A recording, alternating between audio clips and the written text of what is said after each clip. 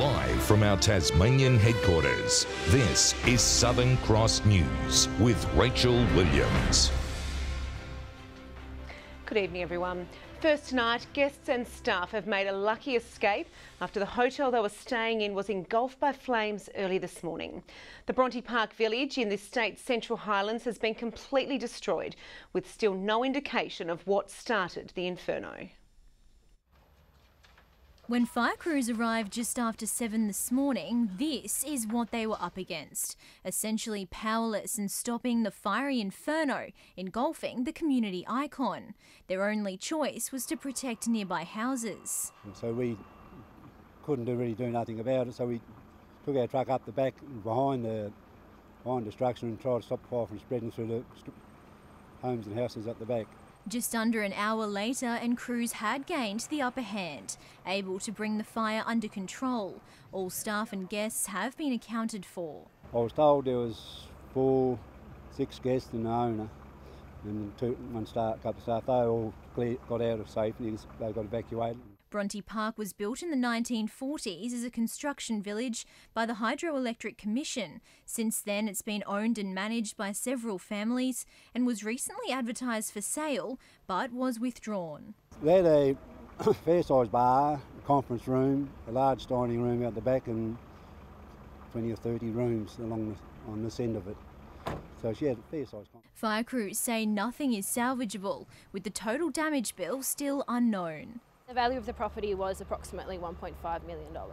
The area will be on fire watch tonight, with fears it could reignite if winds pick up. Fire investigators will now spend the best part of today and tomorrow peeling off each layer of tin from the roof in an effort to get inside and see what started the blaze. A much-loved watering hole, now reduced to rubble. Jessica Moran, Southern Cross News. The state government is progressing its plan to cap electricity prices in a move set to save Tasmanians hundreds of dollars a year. But it's short-term relief, with questions still unanswered about what will happen to our power prices when the cap expires. Powering back up after the Liberals' re-election, the government's task now to deliver on its promises. A key one to impact every Tasmanian, the pledge to extend a cap on power price increases, limiting them to CPI. That will save the average Tasmanian family up to $200 per year. We are expecting a 7 to 10% benefit or discount. It's an interim measure until the government removes Tasmania's link to the national electricity market in 2021. But the government can't say what will happen to our bills then. After decoupling from the NEM, how will we determine the price? That's a good question. It's a very complex matter and we need time to work on that. Energy analysts say the status quo of artificially lowered prices comes with a huge cost of around $100 million a year. It's quite a significant intervention, and the question really is a balance between hydro's profitability and prices for mums and dads, and where a fair balance should be struck. As well as the cap impacting hydro, a legal battle is looming for the state-owned generator over the Basslink failure. The government is seeking more than $100 million from the cable's owner over the 2015 outage. We've had legal advice, we're acting on that advice, and clearly the matter is now heading towards arbitration where a fair and reasonable outcome can be obtained for and on behalf of the Tasmanian people. In a statement, Basslink denies it's liable for the losses and says it will vigorously defend any legal action. If it gets to that, it's expected to be a long and drawn-out process. And so it'll be a very technical and complex process, and we expect it to take well over a year. A move that could leave the state with a massive legal bill. Michael Breen, Southern Cross News. A fast-growing Tasmanian distillery has received top honours on the international stage. Adams Distillery in Perth has been awarded a gold medal for its dry gin at the Berlin International Spirits Competition. The distinction comes 15 months after the pair began producing its own product. You make a product that you enjoy, you make a product that your customers enjoy, but until you sort of really put your efforts against everybody else, you don't know how you sort of stack up, and to come out on top and to win the gold, it means quite a lot. The distillery plans to update its labels to acknowledge the gold medal. Neighbourhood Watch is hoping to build community engagement with Tasmania Police with a simple cup of coffee. Launching Cuppa with a Cop at Northgate today, shoppers were encouraged to have a friendly chat with local officers. So we're aiming to increase the engagement of police with the community, that people can come along and just share any concerns they might have in their local area, but also to engage in a friendly way and get to know their local police officers. Police are key partners in preventing crime, but we're also key members of the community. This is an opportunity for us to engage in a less than formal setting and to have that grassroots contact with members of the public. They're hoping to have more sessions across the state. A mission to bring more women into the sport of fly fishing is starting to pay dividends. For the past 4 years, Tasmanian angler Karen Brooks has made it her goal to improve participation numbers, and now she's starting to see change. Karen Brooks knows every twist and turn in this trout fishing hotspot. The Meander River is the lifeblood of her business and her passion, encouraging women to take up fly fishing. Fly fishing takes you to the most beautiful places. She was among the first females in the country to become an accredited fly fishing instructor, driven to make change after seeing the sport swerve from its traditionally male base overseas. I was just inspired by the number of women who fly fish in America, and I thought, well, if I can come back here and inspire some women in Australia to fish, then that's my aim. She now guides new anglers through each step of the process, from making the flies to finding the fish. There is one lovely lady I know who her husband comes with her, and he sits on a stool on the bank with his book and reads while she fishes. And I just think that's a great story. Next year, the biggest event on the sports calendar, the Fly Fishing World Championship, will be held in the state. To generate as much interest as possible, delegates from Tasmania are currently at the London Fly Fishing Fair, selling the event to the world, in the hope of getting more people hooked on the sport. Tom Johnson, Southern Cross News.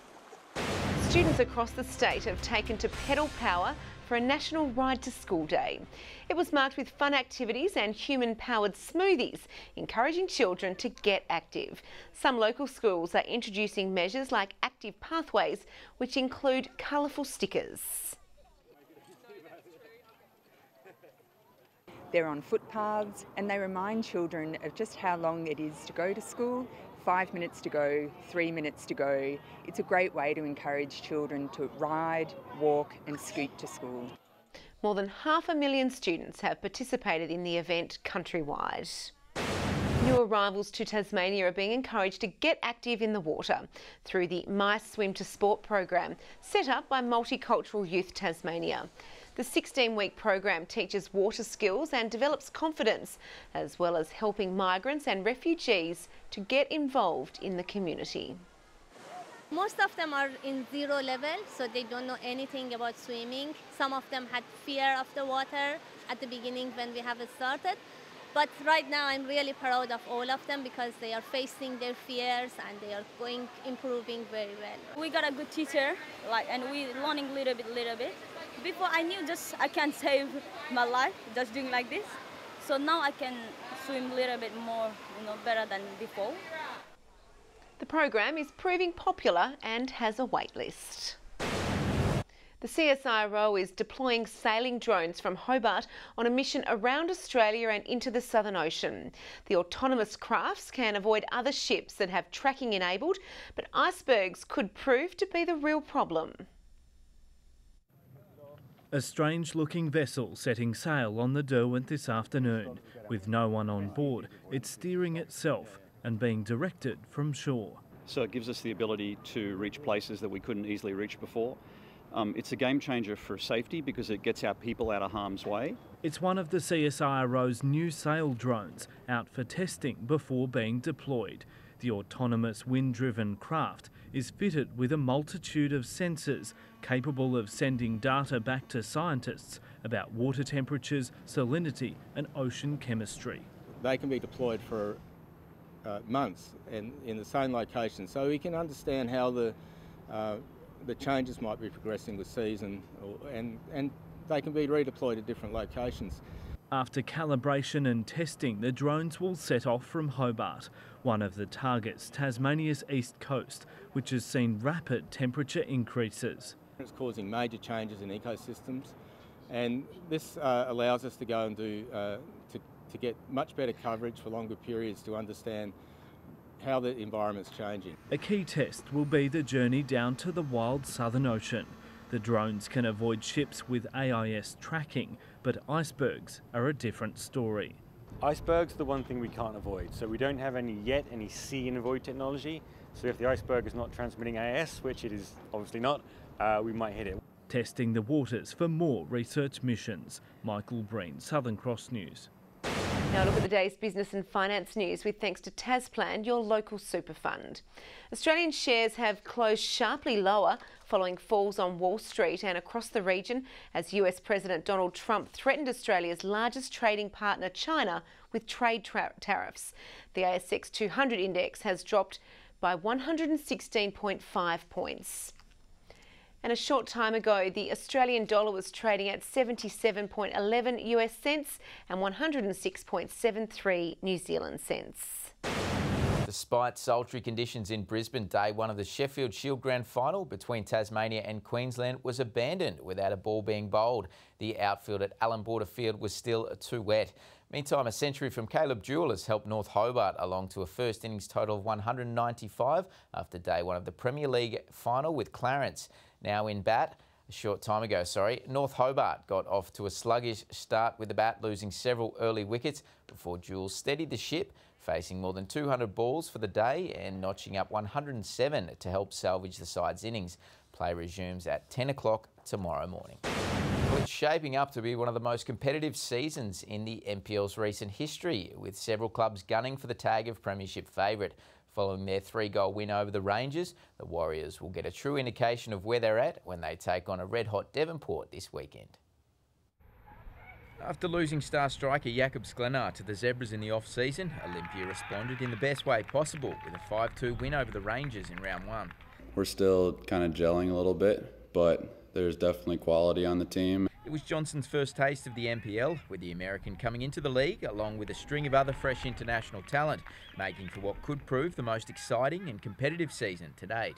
Sounds like we've got one more import coming in, so I think it should really help the team a lot to bring some extra quality, some extra enthusiasm to the training. The side isn't getting ahead of itself just yet, coming up against 2016 champions Devonport this Sunday at Warrior Park, with the Strikers' formidable forward line slotting 7 unanswered goals through against Clarence to open their 2018 account. It's always fun going against good players. It's exciting more than anything. You know, I always want to play against the best players that you can. In the weekend's other matches, South Hobart will look to bounce back from their shock round 1 loss when they take on Kingborough. Launceston City are hoping to make it 2 on the trot against Clarence, while the Zebras will start heavy favourites against the Rangers at KG5. Good evening. Hobart 23 degrees today, Launceston and Devonport 21, Burnie a high of 20. The top today was 25 on King Island as temperatures hovered around or just above average. Strawn and Ouse 23, Flinders Island 22, Smithton and Friendly Beaches 21, Lowhead and St Helens 19 degrees. Low level cloud today over the state. The southwest missed most of that cover and a little bit of a leading cloud there to the west coming in with the next cold front. The high southeast of Tasmania has brought low cloud to the coast of New South Wales. More low convective cloud is over Queensland, and yet another tropical cyclone has appeared as Nora sits over the Gulf, with Marcus still off Western Australia. Tomorrow a cold front crosses Tasmania with a trough close behind. Surface troughs are over the mainland and the cyclones are still part of the picture. Northerly winds tomorrow at 10 to 15 knots, but up to 20 knots over the east, lighter winds over the inland lakes. A strong wind warning is on between Tasman Island and South East Cape. As we go into tomorrow, the rain is on its way, around about 15 to 20 mils around most areas tomorrow, a little bit less over the south and east. Hobart 21, 18 for Medina, rain for Oatlands and 19 degrees. Launceston, rain and 20 the top for Devonport. Lyawini, some rain as well, 7 overnight, 15 tomorrow. For Burnie, some wet weather, 20 the top, 19 for Strawn, rain for Marrawar and 20. And for the east, Rain at times. St Helens 20 degrees, 21 for Swansea, Orford wet and 20 degrees. UV sitting there in the moderate to high range. On to Sunday now, and rain again about the north. Expect around 15 to 25 millimetres, a bit less over the south and east again. Showers on into Monday, extending across the state from the north. And on Tuesday, showers for the west, far south and Bass Strait Islands, but fine elsewhere. Further north and some light rain for Perth tomorrow, partly cloudy in Adelaide, showers increasing for Melbourne, some sun at last for Sydney and 27 degrees and a shower or two in Brisbane.